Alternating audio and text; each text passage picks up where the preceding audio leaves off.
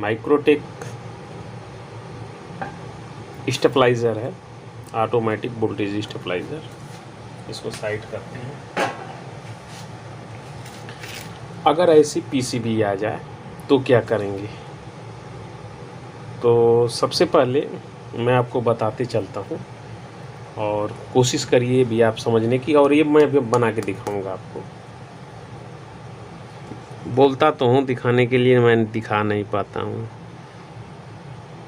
तो ये जो होता है ये वाला, इसको चलाने के लिए जो है यहाँ पे आईसी लगी है, ये सेम प्रोग्राम बनाया जाता है। और यहाँ पे कंपनी है तो अभी आप कुछ कोडिंग करके देखा, ये बनाया हुआ है तो यही लगता है।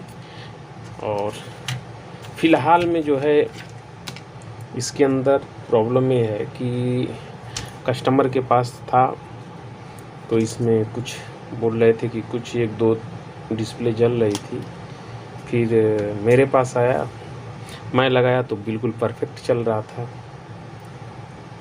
और आज जब भी वापस मैं बोला कि भाई इसके अंदर तो कोई इशू है नहीं, तो बोले कि कोई प्रॉब्लम नहीं। मैं बोला नहीं। फिर मैं बोला कि आप एक काम करो, बाहर अपना चेक कर लीजिए, क्योंकि बाहर मैं टेबल रखता हूँ उसे चेक करने के लिए। तो जब भी चेक करने लगे तो पता चला कि कुछ नहीं। तो इसमें जो है लाइट जब भी ऐसे लगाते हैं तो हल्की सी, देखिए एक बार ब्लिंक कर रही है, आपको शायद दिख रहा,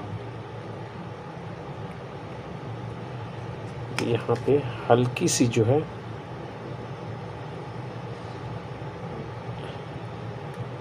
पता नहीं दिख रहा है कि नहीं, इसमें हल्की सी ब्लिंक हो रही है। तो अब इसको कैसे समझेंगे? सबसे पहले इसमें कोई अलग से ट्रांसफार्मर नहीं लगा है जो इसको सप्लाई दे सके। तो इसमें सबसे पहले आपको ये देखना है, ट्रांसफार्मर जहाँ पे रहता है ना, तो ये वाले पॉइंट पे आपको ये मिल जाएगा। ये चीज़ बोले तो रेजिस्टेंस आपको यहाँ पे मिलेगा। तो यहाँ पे देखिए रेजिस्टेंस मिल रहा है, ठीक है। और ये रेजिस्टेंस अच्छा है, करीब करीब अगर ओम्स में देखा जाए तो ज़्यादा मिलेगा, क्योंकि यहाँ पे जो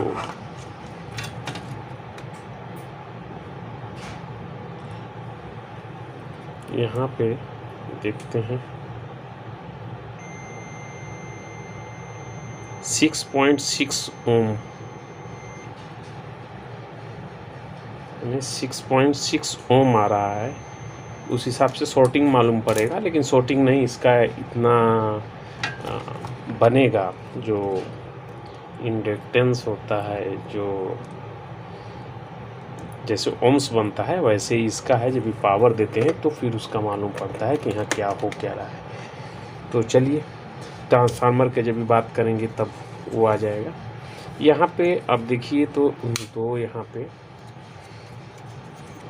बोर्ड को चलने के लिए सप्लाई चाहिए, उस हिसाब से आप सर्च करेंगे तो आपको ब्रिज रेक्टिफायर कैपेसिटर, ये मेन कैपेसिटर तक सप्लाई चाहिए। तो ये सप्लाई आ रही है, लेकिन फिर भी नहीं चल रहा है। तो अब क्या करेंगे, ध्यान से एक बार देख लीजिए। और मैं ऐसे करता हूँ, यहाँ पे देखिए, ठीक है।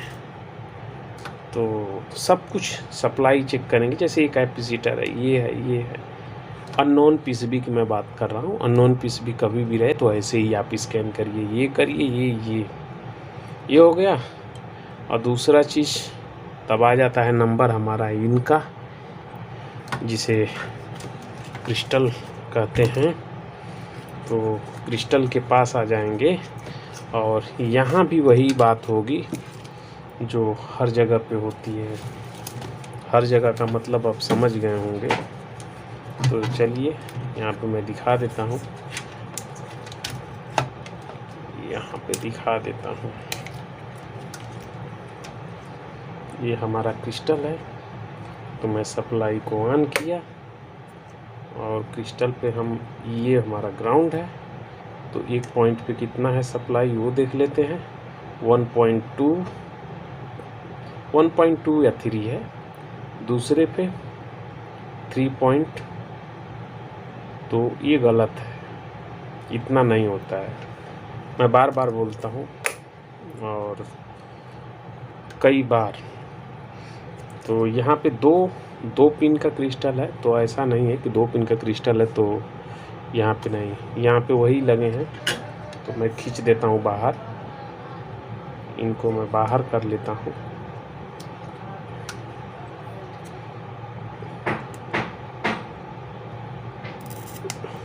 ये रहे, और ये दोनों चिंदियों का नंबर है, आप देख सकते हैं। मैं चश्मा लगा लूँ, मुझे नहीं दिख रहा है, आप तो देख ही सकते हैं। तो 22, ठीक है, 22 के पीएफ हैं। तो हम इनको कर देते हैं आउट, ये यहाँ पे रख देते हैं। और एक बार चाहें तो अभी हम चालू कर सकते हैं, लेकिन बैलेंस नहीं होगा। हम बैलेंस इसलिए बोलते हैं कि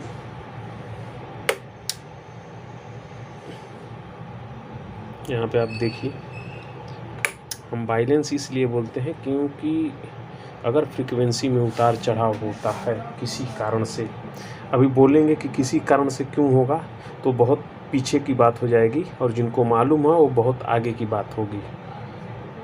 बस इतना समझिए कि बैलेंस करने के लिए तराजू को अपना बिल्कुल जो बैलेंस होता है उसको करने के लिए ही इसका इस्तेमाल करते हैं।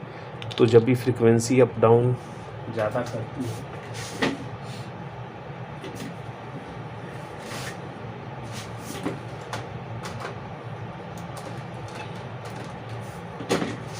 फ्लक्चुएट करेगी या डिसबैलेंस होगी। अब डिसबैलेंस कहाँ से होगी, मॉइस्चर हुआ या कभी कुछ अलग से नॉइज़ वगैरह एंट्री की, तो उसके वजह से ये सब होता है। तो हमने यहाँ पे 2 ले लिया, जबकि उसमें से एक ही ख़राब होगा संभवतः, लेकिन जब एक ख़राब है तो हम दोनों को साथ में ही बदल देंगे। बहुत महंगा ऐसा नहीं है कि इसकी ये कंडीशन है, तो ये बैलेंस नहीं हो पाता है, ये चाहे कहीं भी रहे। और दूसरा चीज़, कोई भी चीज़ रहेगा तो आपको देखने से पहले, मतलब बनाने से पहले, उस पर हाथ लगाने से पहले, कोई सामान निकालने से पहले अच्छी तरह से उसका जो है सर्च करना पड़ेगा। और सर्च तभी कर सकेंगे जब कुछ जानकारी रखेंगे। जानकारी ऐसी नहीं है, ये इलेक्ट्रॉनिक में आपको जानकारी हर जगह पे, अभी कहेंगे कि नहीं अभी स्टेबलाइज़र का है, तो स्टेबलाइज़र के कुछ चीज़ तो आपको जानने पड़ेंगे। जैसे ट्रांसफार्मर है, तो ट्रांसफार्मर में सप्लाई अगर किसी कॉइल में हम दे दिए तो उसमें बाकी जितने कॉइल होंगे सब में सप्लाई बननी ही चाहिए। यानी जो रेजिस्टेंस बन चुका है, जैसे कि मैं बता देता हूँ अभी आपको।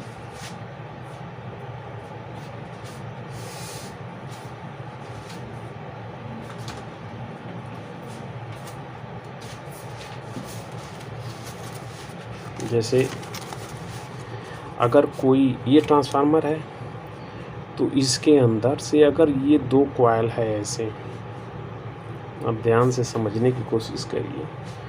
तो 2 कॉइल है ये, यदि इसमें यहाँ पे न्यूट्रल और यहाँ पे फेस की एंट्री हो रही, यानी 220 वोल्ट आप इनपुट करा दिए हैं। जैसे मैंने उसका रेजिस्टेंस चेक किया, तो रेजिस्टेंस जब भी हमारा यहाँ पे दिखा रहा है, शो कर रहा है, और जब भी हम पावर लगाने के बाद हमारा न्यूट्रल और यहाँ पे फेज शो कर दिया, तो इसके अंदर अभी कोई भी कॉइल, मान लीजिए यहाँ पे 3-4 ऐसे ऐसे वायर निकला है, तो आपको ये नहीं पता है कि यहाँ पे वोल्टेज क्या होगा। तो सबसे पहले आप एक बार चेक कर लेंगे कि इससे इसका लिंक तो नहीं है, और फिर आपस में यहाँ पे चेक करेंगे। यहाँ पे या इसके साथ में इसमें जैसे मैं बोलता हूँ कि पीसीबी पे चेक कर लीजिए कि कहाँ पे वोल्टेज आ रहा है, दाएं बाएं करके आप देख लीजिए, क्योंकि वॉशिंग मशीन के पीसीबी में भी ये समस्या होती है, क्योंकि ढका हुआ रहता है तो आपको मालूम नहीं पड़ेगा पीसीबी डेड है, तो ये पता नहीं चलता है कि हमारी पावर सप्लाई ही डेड है कि कुछ और प्रॉब्लम है। तो उसके लिए मैं बोलता हूँ कि आप वहाँ पे चेक करिए और बिल्कुल स्टेबल सप्लाई रहेगी। जो भी सप्लाई हो, 12 हो 5 हो, जो भी हो स्टेबल रहेगी। अगर जो जंप कर रही है, ऐसे ऐसे ब्लिंक कर रही है, तो 2 कारण बनता है, एक शॉर्टिंग भी हो सकती है और दूसरे ही पावर सप्लाई में फीडबैक बराबर नहीं रहेगा तो भी ऐसा हो सकता है। तो उसको हम बाद में समझेंगे। यहाँ पे किसी भी कॉइल में आप चेक करेंगे तो आपको वोल्टेज मिलना ही मिलना है। एक कुंडली में, अब वो कुंडली भी बना करके आपको मैं दिखाऊंगा और सब प्रैक्टिकल पे ही आपको दिखाऊंगा। प्रैक्टिकल के अलावा कुछ नहीं समझ में आएगा, प्रैक्टिकल पे ही आप आसानी से समझ जाएंगे। और मैं बार बार बोलता हूँ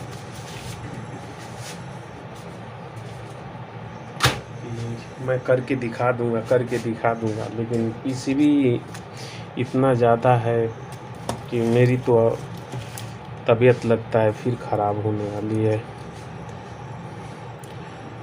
काम इतना ज़्यादा है कि, और भी इन्वर्टर का कभी कुछ करो, कभी माइक्रोवेव का स्विचिंग करो, ये सब थोड़ा बहुत अजीब लग रहा है मुझे, समझ में नहीं आ रहा है कि क्या करूं।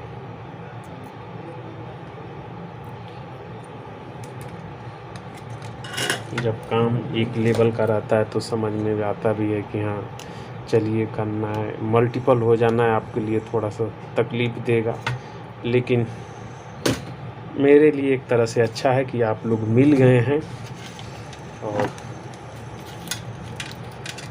मैं उस हिसाब से समझाने की कोशिश भी करूँगा, बताने की कोशिश करूँगा। तो चलिए अभी एक बार स्टार्ट करके फिर देख लेते हैं।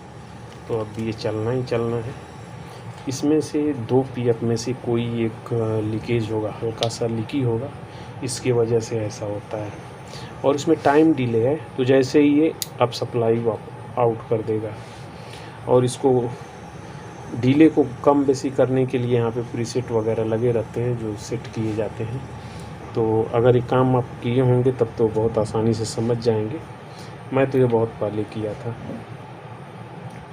बहुत पहले तो बोले तो इस मॉडल का तो था ही नहीं, ये तो मॉडल अब भी आया है। ये सब थोड़ा डिजिटल हो करके हम बनाएंगे अपना मॉडल का, हम बनाएंगे अपने मॉडल का, और उसमें जो है इस्तेमाल करेंगे अलग अलग आईसी, और कुछ अलग होना ही चाहिए। तो चलिए ये तो हो गया। और इसमें भी देखें कि आप फॉल्ट निकला तो वही पीएफ का ही निकला। और स्टील वाले क्रिस्टल की एक ही खासियत होती है कि ये जल्दी ख़राब नहीं होता है, और इसका ख़राब होता है तो सिर्फ पीएफ ख़राब होता है। अगर कलर टीवी बनाने वाले हैं तो आपको मालूम होगा कि ये 2 पीएफ में से अगर कोई भी फेल एक हो जाता है तो ये करामात दिखाता है। एचडीएल की लाइन पे लगा रहता है, और वहाँ पे जब ये हो जाता है तो टीसीएल किट में टीवी को स्टार्ट होने नहीं देगा। कुछ देर बाद स्टार्ट होगी, 10 मिनट 15 मिनट के बाद स्टार्ट होगी, या तो हिट कर देंगे तो तुरंत स्टार्ट हो जाएगी। तो ये 22 के पीएफ आप बदल दीजिए, आपकी टीवी जैसे ही रिमोट से ऑन करेंगे सन करके स्टार्ट हो जाएगी। तो ये सब अनुभव पे आ जाता है। चलिए नेक्स्ट वीडियो में फिर मिलते हैं किसी और टॉपिक पे।